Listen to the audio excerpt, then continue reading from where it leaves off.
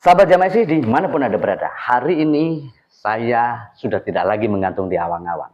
Kenapa? Karena hari ini saya sudah mendarat di Tiuh Dwi Korajaya, salah satu tiuh pemekaran di Kecamatan Gunung Agung.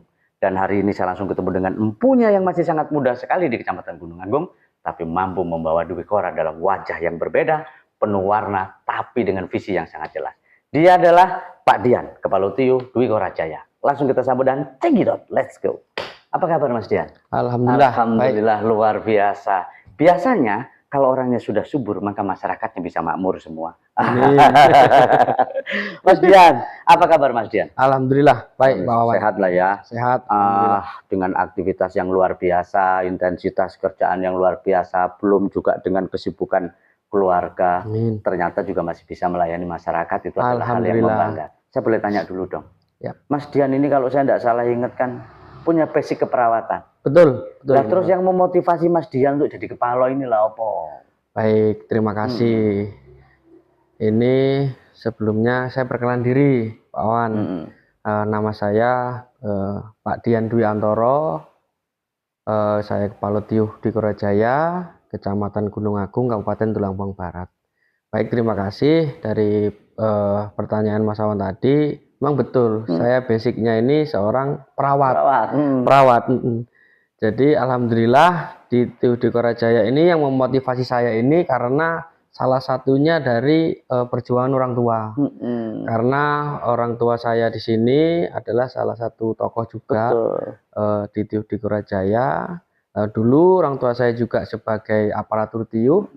Jadi saya meneruskan dengan tujuan ingin bersama-sama tokoh yang terdahulu ingin membangun ataupun berkontribusi untuk Tiuh Dwi Korajaya.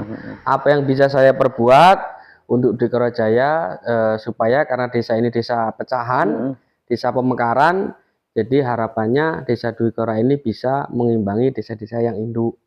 Walaupun secara bertahap, tapi dengan harapan pemerintahan Dwi Korajaya ini bisa sepadan dengan tiuh-tiuh yang sudah tiuh-tiuh induk lah.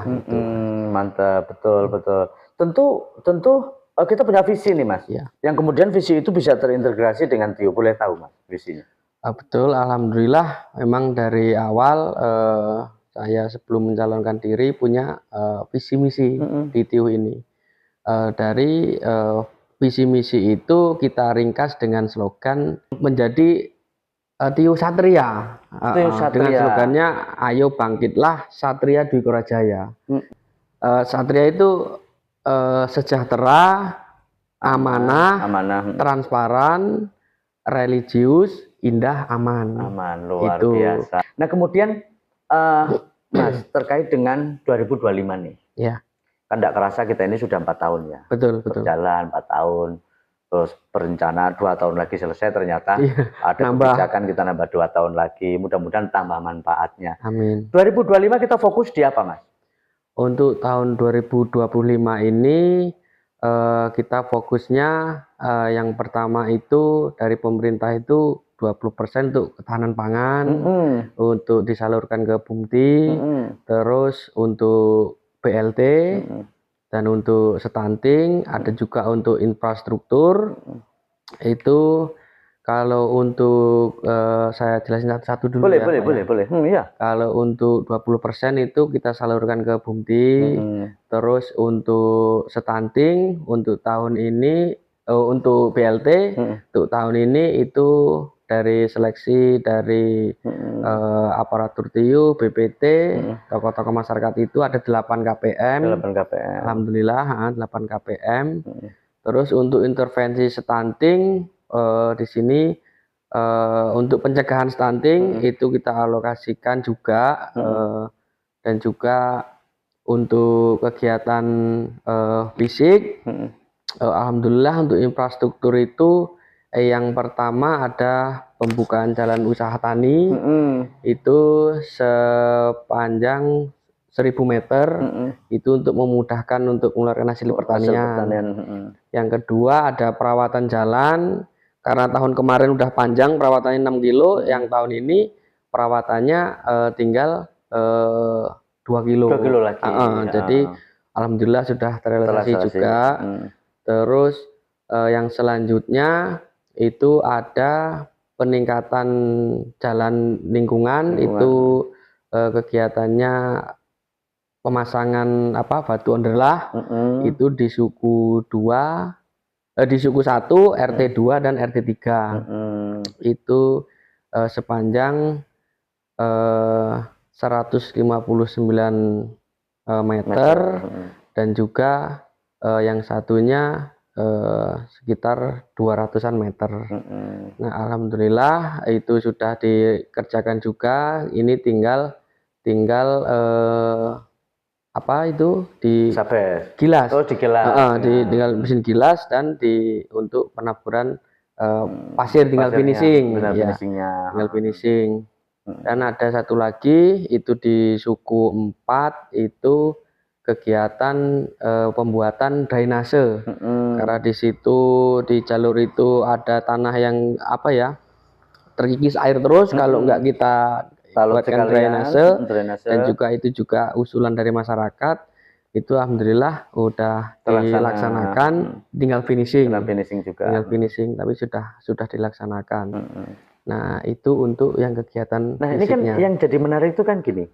Sebetulnya ketahanan pangan yang 20% itu di Bumti harusnya kalau harapan pemerintah yang dituangkan dalam regulasinya, Pak, bagaimana Bumti ini ketika mengelola anggaran ini betul-betul bisa berdaya dengan menciptakan unit usaha yang pro rakyat.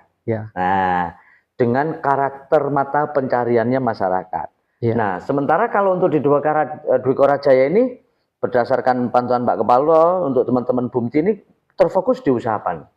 Kalau untuk Bumti ini, karena kemarin alhamdulillah tahun 2025 ini kita regenerasi pengurusan yang baru dengan semangat yang baru. Ini analisa usaha mereka itu ya di bidang ketahanan pangan ataupun pertanian, dengan analisa yang dilaksanakan sekarang ini untuk gadai tanah, Pak Wawan. Jadi boleh, ini unik ini. Iya, unik, agak unik ini. Tapi kan memang di sini ada sistem usaha seperti itu, memang ada menjalankan. Boleh.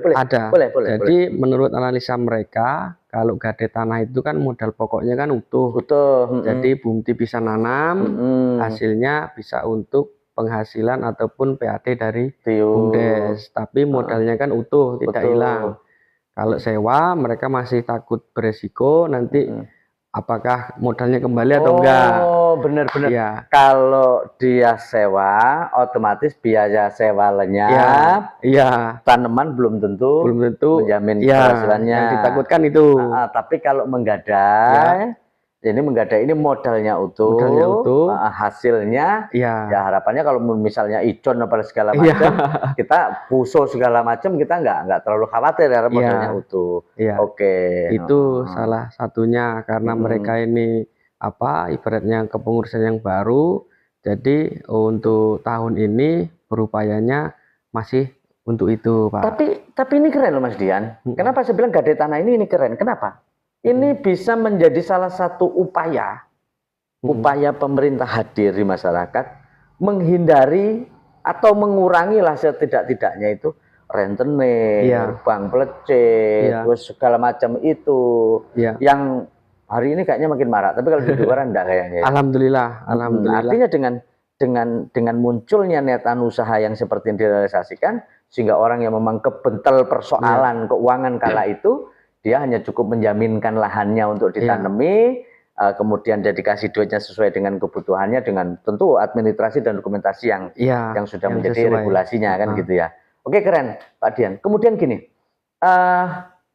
selain tadi yang diceritakan Pak Dian, selama 4 tahun menjabat jenengan ini, apa sih PR terberatnya yang sampai hari ini menjadi cita-cita besar jenengan? Betul, Pak Wawan, terima kasih karena kita dari TIUH Dwi Korajaya ini punya visi dan misi kan. Waktu saya mencalonkan diri itu ada beberapa PR memang di TIUH ini yang dari awal saya bersama masyarakat waktu itu mohon bersama-sama untuk membangun TIUH itu ada beberapa titik memang yang perlu agak ekstra. yang satu itu tentang fisik. Fisik itu Tiuh di Korajaya ini kalau intinya itu 3 jalur Pak Wan. Jalur 1 jalur utama, jalur 2 itu ya jalur apa perumahan juga. Nah, yang jalur ketiga ini putus. Yang jalur ketiga ini putus yang lurusan. Itu masuk lingkungan mana itu? Itu di lingkungan RK1 dan RK2. Putus itu? Itu putus dari tahun mungkin udah 20-25 tahun. Itu memang harus dijembat? Iya, itu memang harus dijembat karena waktu itu waktu saya menjabat ini posisi jurang, udah jadi jurang. Udah jadi jurang. Udah jadi jurang, jadi beberapa kali juga kami ini ada pengajuan proposal ditinjau, alhamdulillah dari pemerintah segala macam. Nah, itu dari Tiuh berupaya perlahan-perlahan tahun 2023 kita timbun. Kita timbun sehingga jurang tersebut terbentuklah badan jalan. Terbentuk menghubungkan untuk menghubungkan dua wilayah itu.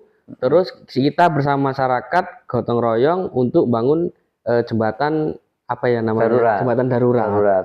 Itu alhamdulillah sudah bisa dilalui walaupun kendaraan roda 2. Tapi harapan dari masyarakat ini berharap supaya ini bisa terhubung, jadi jembatan permanen. Dan juga ada satu lagi yang menghubungkan dari RK 123 ke RK4, begitupun ada satu juga jurang juga. Tapi sudah kita timbun lagi. Ya, dengan kita buka jalur itu, jalur baru, kita buka jalan baru.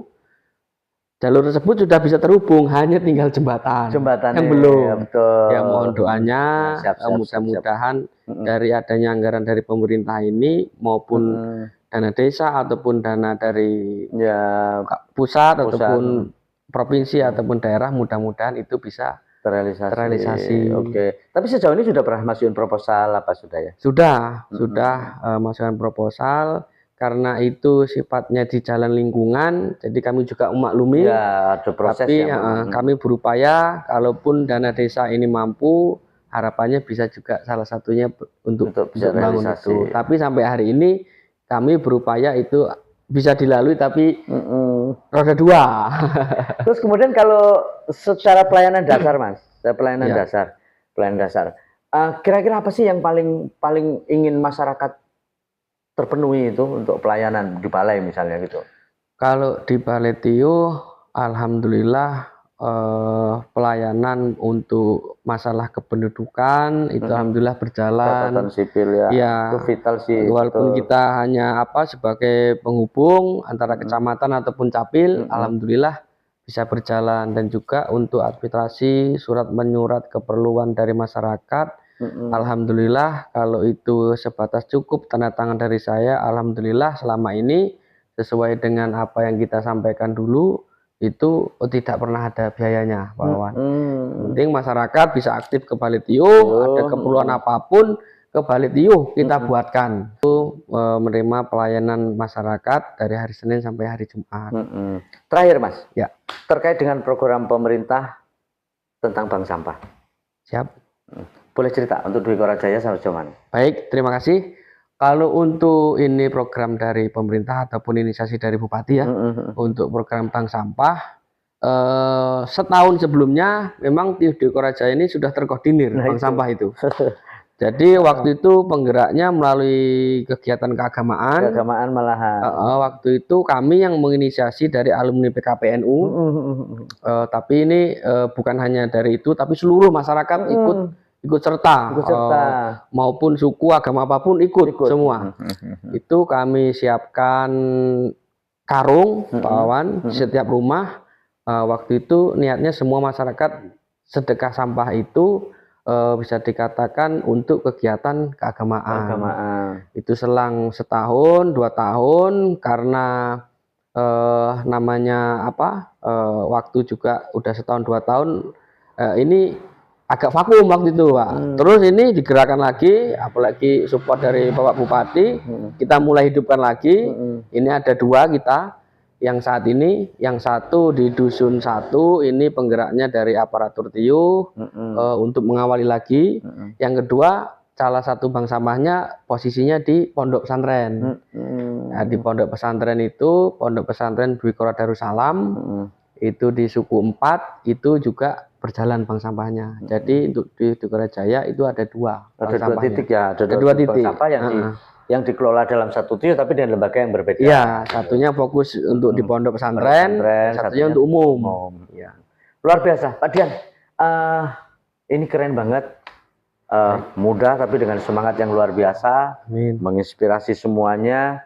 Dan saya ingin tanyakan terakhir ini, Mas Dian, apa sih harapan jenengan kepada pemerintah, kepada masyarakat, kepada teman-teman aparatur TIUH di Balai untuk bagaimana terus mewujudkan visi dan misi jenengan?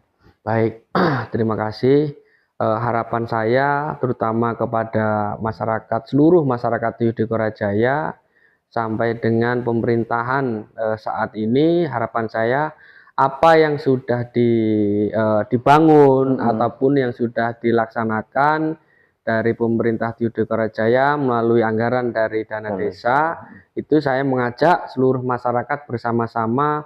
Kalau yang sudah terbangun sama-sama ikut merawat, sama-sama ikut menikmati, supaya apa yang sudah dilaksanakan di TIUH ini bisa berkelanjutan.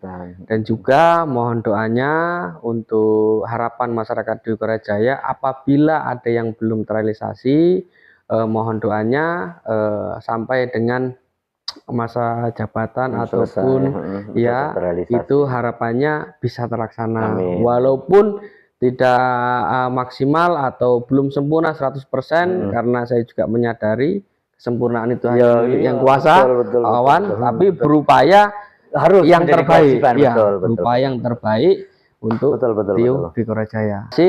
Dan masih ada satu lagi yang belum terrealisasi, ini Pak Awan. Itu salah satunya masyarakat ini mengharapkan bisa punya ambulan dari TIUH, ambulan TIUH.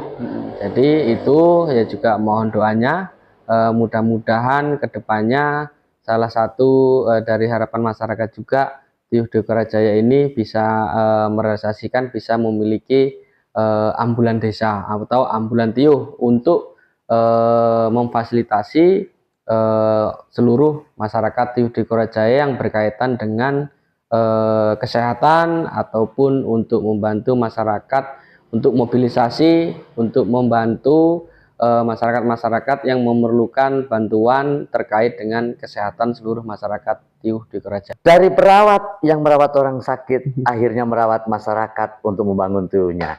Ini adalah hal yang luar biasa, Mas Dian.